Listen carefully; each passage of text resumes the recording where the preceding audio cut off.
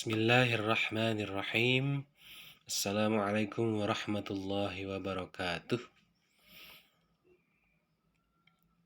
Puji syukur kita panjatkan kehadirat Allah Subhanahu wa Ta'ala, karena atas berkat rahmatnya lah kita semua bisa berjumpa kembali secara online dalam perkuliahan penelitian tindakan kelas. Salawat serta salam semoga selalu tercurah kepada Nabi Muhammad Sallallahu Alaihi Wasallam. Yang saya hormati para mahasiswa Institut Agama Islam Darussalam. Alhamdulillah, pada hari ini kita bisa berjumpa kembali untuk melanjutkan materi perkuliahan penelitian tindakan kelas. Dan pada kesempatan ini kita akan bersama-sama mempelajari subjudul lanjutan dari sebuah proposal penelitian tindakan kelas. Setelah sebelumnya kita mempelajari bahwa dalam PTK itu ada sub-subjudul, diantaranya latar belakang masalah, rumusan masalah, tujuan penelitian, kegunaan penelitian, teori yang digunakan, penelitian yang relevan, kerangka berpikir, dan hipotesis tindakan. Nah, setelah itu ada subjudul metodologi penelitian. Kita langsung saja mulai untuk mempelajari materi hari ini.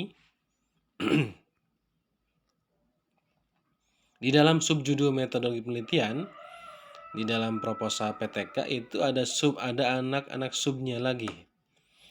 Yakni ada setting penelitian, ada subjek penelitian, ada variabel penelitian, ada rencana tindakan, ada teknik dan instrumen pengumpulan data, ada teknik pengolahan dan analisis data, ada indikator kinerja, dan ada juga jadwal penelitian. Setting penelitian ini anak sub dari subjudul metodologi penelitian. Setting penelitian itu isinya berisi waktu dan tempat penelitian. Jadi pada bagian ini kita harus menguraikan bahwa PTK ini direncanakan akan dilaksanakan dalam berapa lama. 2 bulan, 3 bulan, 4 bulan, atau berapa bulan. Itu terserah kita, kewenangan peneliti. Selanjutnya, selain waktu, dalam setting penelitian kita juga harus menguraikan tentang tempat penelitian. Tempat penelitian ini tidak susah-susah karena memang sudah dicantumkan di judul PTK kita. Kita tinggal menuliskan ulang di sini bahwa tempat penelitian yang kita pilih adalah sekolah A, B, C, atau D. Disertai alasan kenapa kita memilih tempat penelitian tersebut. Alasannya harus dikemukakan. Jangan sampai cuma menyebutkan saya memilih sekolah A tanpa disebutkan alasannya. Berikutnya ada subjek penelitian. Subjek penelitian juga sebetulnya sudah disebutkan di judul. Jadi pada bagian ini kita tinggal menuliskan ulang, menguraikan ulang bahwa subjek penelitian kita adalah kelas A atau B atau C. Tegasnya subjek penelitian itu kelas yang kita teliti, kelompok yang kita teliti, kelompok siswa yang kita teliti. Selain menyebutkan kelas apa atau kelompok apa, sebutkan juga jumlahnya, jumlah peserta didiknya berapa di kelas itu, di kelompok itu.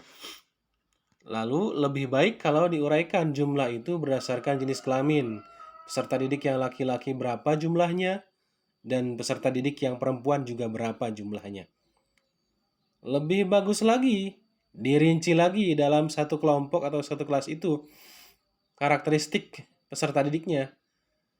Berapa persen yang mengalami masalah, berapa persen yang tidak mengalami masalah. Berapa orang yang mengalami masalah terkait PTK kita, dan berapa orang siswa yang tidak mengalami masalah terkait PTK kita. Nah, di dalam PTK tidak digunakan adanya istilah populasi dan sampel. Makanya di dalam bagian metodologi penelitian tidak ada uraian tentang populasi dan sampel karena dalam PTK tidak digunakan populasi dan sampel. Tidak seperti di penelitian kuantitatif, misalnya penelitian korelasional. Itu tidak digunakan kalau dalam PTK.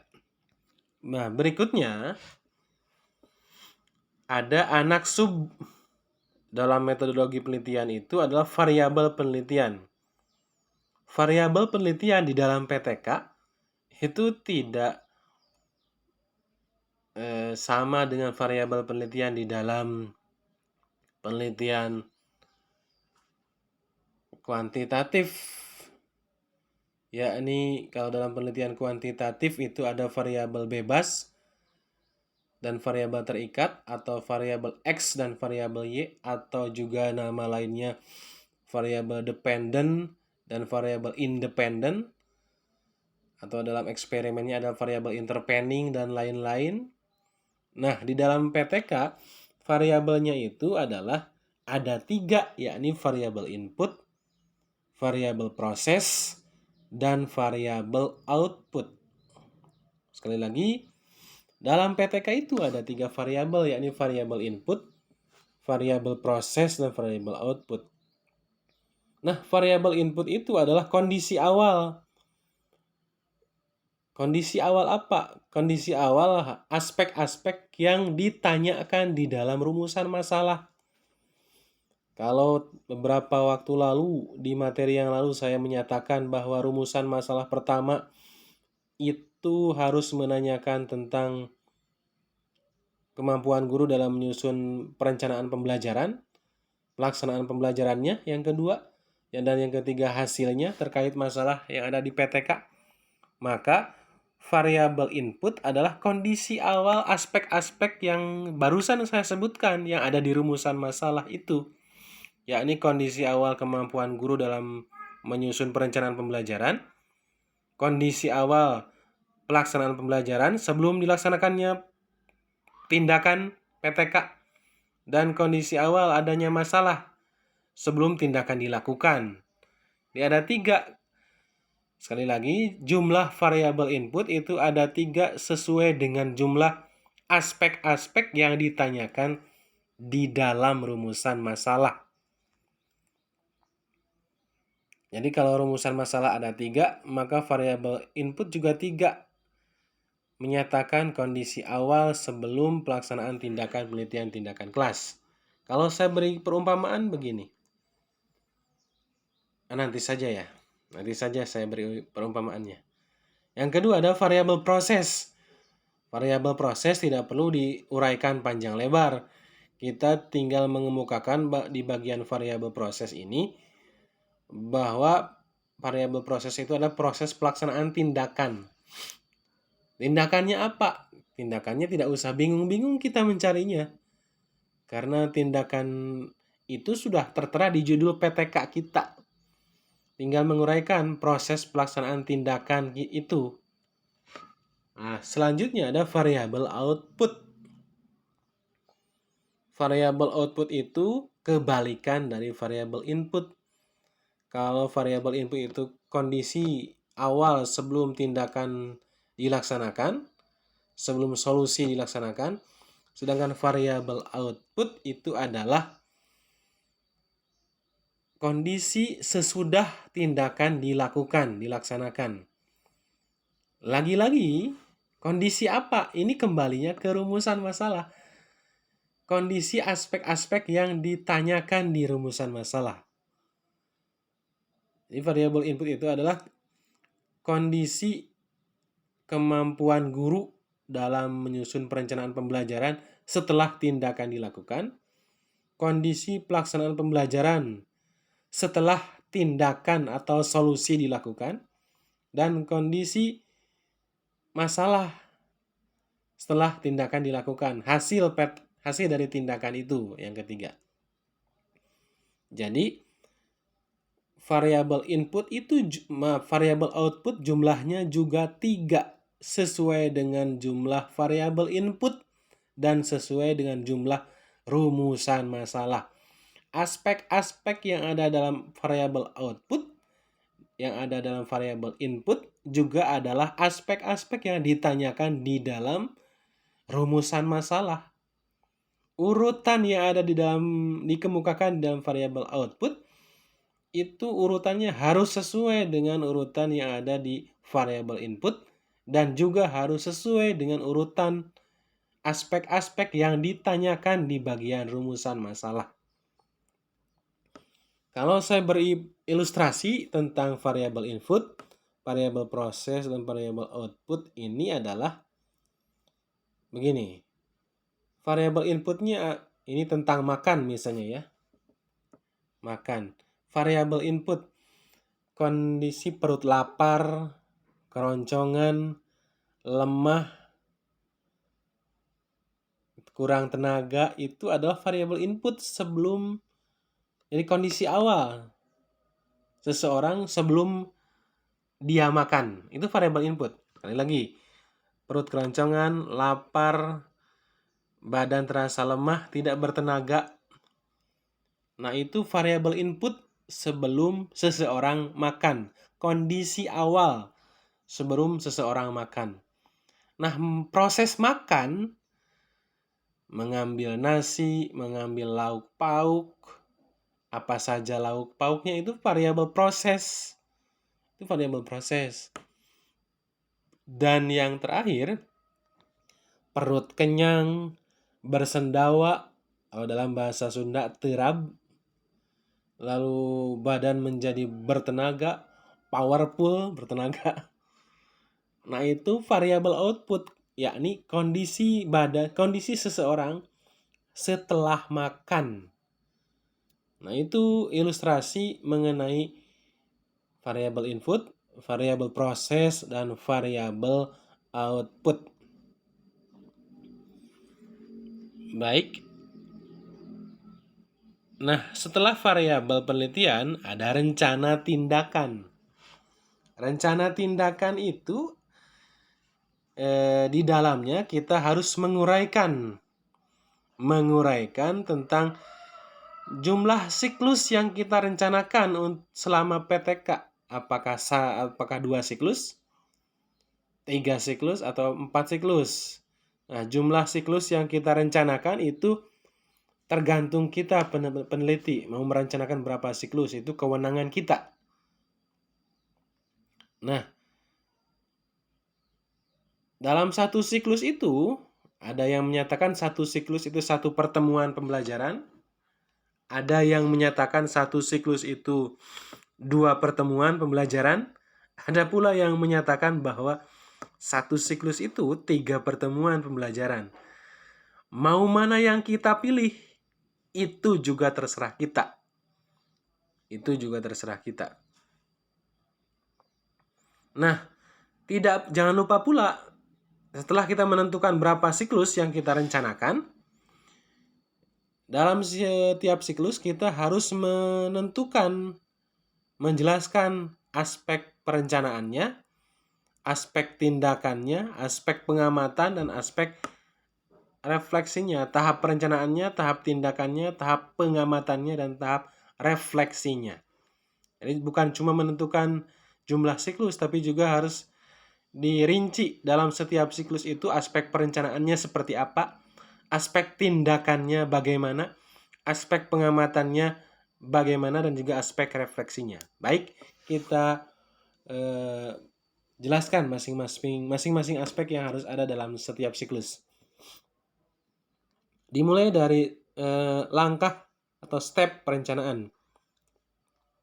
Nah, di bagian perencanaan dalam siklus PTK itu kita harus menguraikan proses penyusunan perencanaan pembelajaran. Bagaimana prosesnya? Jadi, singkatnya, sederhananya, pada bagian planning perencanaan, kita harus menguraikan penyusunan RPP-nya, penyusunan perencanaan pembelajaran. Jadi kita harus menguraikan komponen-komponen yang disusun yang ada di dalam RPP, rencana pelaksanaan pembelajaran. Itu di bagian planning. Lalu pada tahap tindakan, kita harus mencantumkan, menjelaskan langkah-langkah dari tindakan yang kita lakukan. Bagaimana kalau misalnya kita mempunyai judul PTK, upaya meningkatkan motivasi belajar peserta didik kelas 10A SMA Negeri 1 Banjar melalui penggunaan media audio visual. Nah, dalam judul itu ada tindakan yakni penggunaan media audio visual. Maka di bagian tindakan